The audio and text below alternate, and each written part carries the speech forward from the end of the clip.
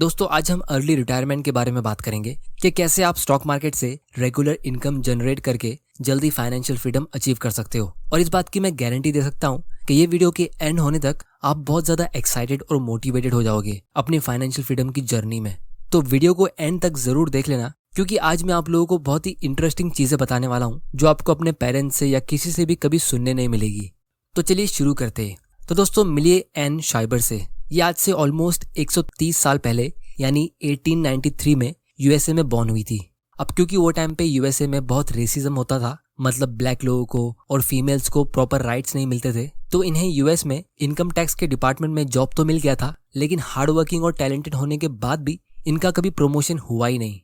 तो इन्होंने अपनी पूरी लाइफ में एक बेसिक लेवल का जॉब किया एज ए हेल्पर, जिसमें इनकी ईयरली सैलरी कभी भी $3000 के ऊपर गई नहीं। तो बेसिकली इनको अपनी पूरी लाइफ में हमेशा स्ट्रगल करते रहना पड़ा इमोशनली और फाइनेंशियली, क्योंकि इनके पेरेंट्स भी नहीं थे और इन्होंने शादी भी नहीं की थी।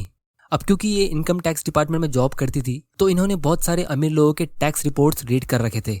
तो इनको काफी अच्छे से समझ आ गया था कि अमीर लोग इतना अमीर कैसे होते और उनके अमीर रहने का राज क्या होता है। और यही चीज आज मैं आप लोगों को इस वीडियो में बताने वाला हूँ। अब दोस्तों वो टाइम पे यूएसए में म्यूचुअल फंड्स इतने कॉमन नहीं थे और इंडेक्स फंड इन्वेंट भी नहीं हुआ था, और एम्प्लॉयज के लिए कोई पेंशन प्लान्स नाम की चीज नहीं होती थी। तो इसीलिए जब 51 साल की उम्र में एन रिटायर हुई तो इनके पास बहुत ज्यादा पैसा नहीं था।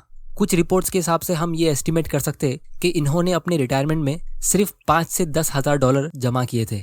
मतलब जितना ये 1-2 साल में अर्न करती थी उतना इन्होंने अपनी पूरी लाइफ में सेव किया था। लेकिन फिर भी इन्होंने अपनी लाइफ में एक ऐसी चीज सीखी और एक ऐसा मुकाम हासिल किया जिसको आप इमेजिन भी नहीं कर सकते। क्योंकि जब 101 साल की उम्र में इनकी डेथ हुई तब इनकी नेटवर्थ $22 मिलियन की थी, मतलब 150 करोड़ रुपीस से भी ज्यादा, जो 1990s के हिसाब से बहुत ज्यादा होते। और जब इन्होंने अपनी विल में ये लिखा कि ये सारा पैसा वो कुछ फीमेल एजुकेशनल चैरिटीज को डोनेट करना चाहती है, क्योंकि वो नहीं चाहती थी कि फ्यूचर में जो अंडर प्रिविलेज गर्ल्स होगी उनको भी उनकी तरह स्ट्रगल करना पड़े। तो वो टाइम पे बहुत सारे लोग और पूरा मीडिया शॉक हो गया, क्योंकि ना तो इनकी कोई लॉटरी लगी थी और ना ही इनके कोई ऐसे रिश्तेदार थे जो इन्हें विरासत में इतना बड़ा अमाउंट देके जाते। तो इनके पास ये इतना सारा पैसा आया कहाँ से? तो दोस्तों जब इन्वेस्टिगेशन हुई तब हमें पता चलता है कि ये सारा पैसा उन्होंने स्टॉक्स में इन्वेस्ट करके ग्रो किए थे, जिसकी शुरुआत इन्होंने सिर्फ $5,000 से की थी, वो भी अपने रिटायरमेंट के बाद।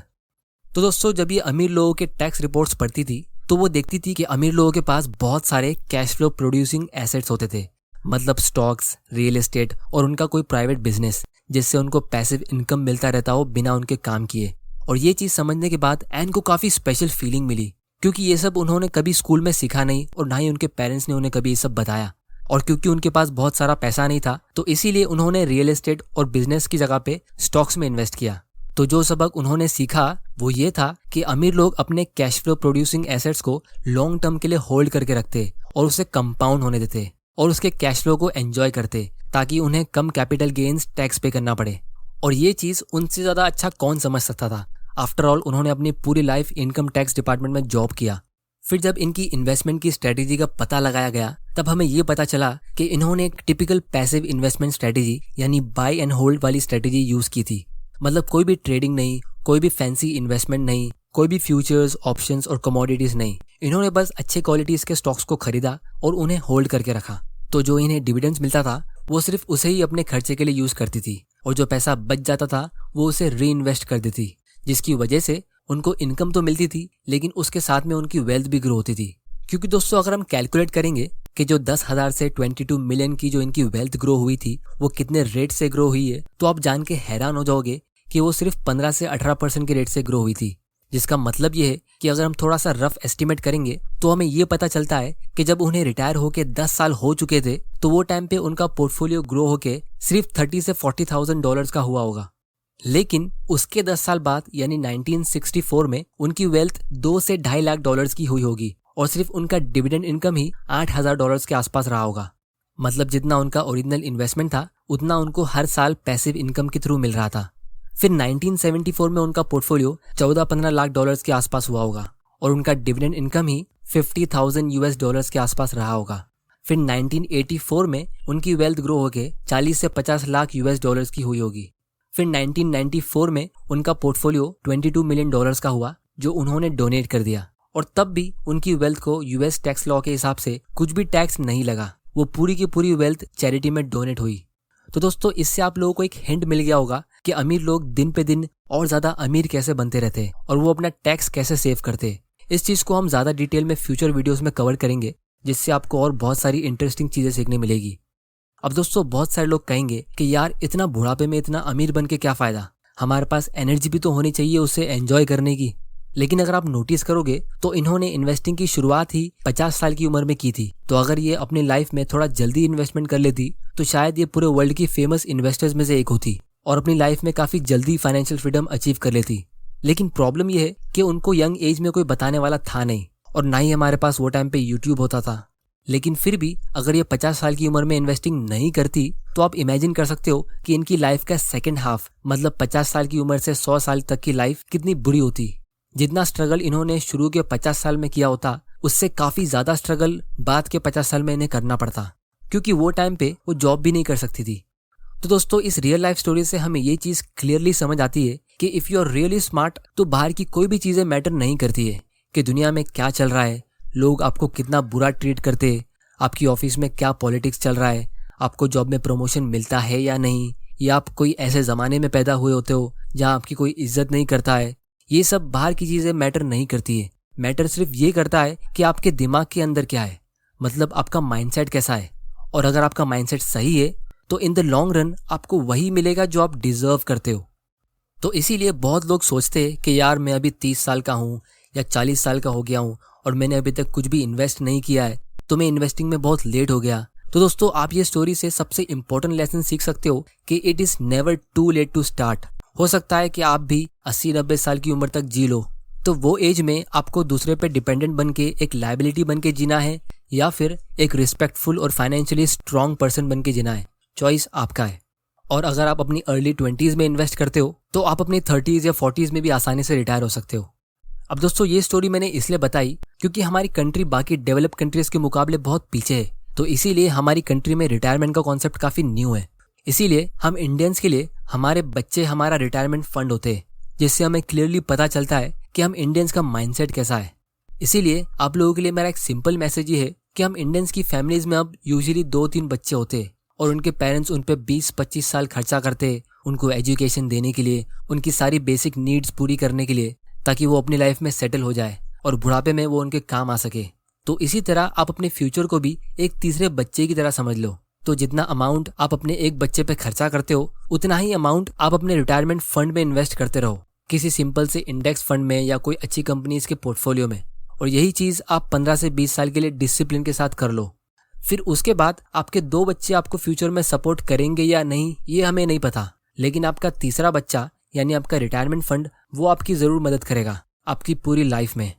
और अगर आप उसे अच्छी जगह इन्वेस्ट करते हो जिससे आप पैसिव इनकम जनरेट कर सकते हो, तो कंपाउंडिंग के जरिए उससे आप अपने बाकी दोनों बच्चों को भी सपोर्ट कर सकते हो। और बाकी दोनों बच्चों को तो क्या, आप बहुत सारे अंडर प्रिविलेज लोगों को भी सपोर्ट कर सकते हो, जैसा एन शाइबर ने हमें करके दिखाया। इसीलिए जब आप इक्विटीज में इन्वेस्ट करते हो तो आपको थोड़ा सा लॉन्ग टर्म सोचना चाहिए, क्योंकि कोई भी चीज ग्रो होने में टाइम लगता ही है। फिर चाहे कोई बच्चा हो या कोई ट्री हो या आपका पैसा हो। अगर आप 40 साल तक डिसिप्लिन के साथ एक ऐसा जॉब कर सकते हो जिसे आप पसंद भी नहीं करते, तो आप 15 से 20 साल डिसिप्लिन के साथ सेविंग्स भी कर सकते हो अपने फाइनेंशियल फ्रीडम के लिए। क्योंकि सैलरी इंडिया में अक्सर 10% के रेट से ग्रो होती है और वो आपको तभी मिलती है जब आपके पास जॉब होता है और जब आप हेल्दी होते हो। लेकिन आपका पैसिव इनकम उससे ज्यादा रेट से ग्रो हो सकता है, जैसे 15% के रेट से। और इसकी खास बात यह है कि ये कंटिन्यूसली ग्रो हो सकता है, फिर भले आप बीमार हो या कोई बीच पे रिलैक्स कर रहे हो या फिर आप रिटायर हो चुके हो, जिसकी वजह से एक टाइम के बाद आपका पैसिव इनकम ऐसा ग्रो हो सकता है जिसको हम एक्सपोनेंशियल ग्रोथ कहते हैं। और इसको भी हम आने वाली वीडियोस में काफी डिटेल में डिस्कस करेंगे कि कैसे आप एक bullet proof passive income portfolio बना सकते हो। फाइनेंशियल एजुकेशन नाम का कोई सब्जेक्ट हमारी स्कूल में होता नहीं है, इसीलिए मैंने यूट्यूब चैनल स्टार्ट किया है ताकि आपके साथ मैं ऐसे वैल्यूएबल लेसन शेयर करता रहूं। तो अगर आप ऐसे वैल्यूएबल वीडियोस देखना चाहते हो तो चैनल को सब्सक्राइब जरूर कर लेना और बेल आइकन प्रेस कर देना ताकि आप ऐसे इंपॉर्टेंट वीडियोस मिस ना कर दो। और इस वीडियो को लाइक जरूर कर देना ताकि मुझे पता चल सके कि आप तक वैल्यू पहुंच रही है।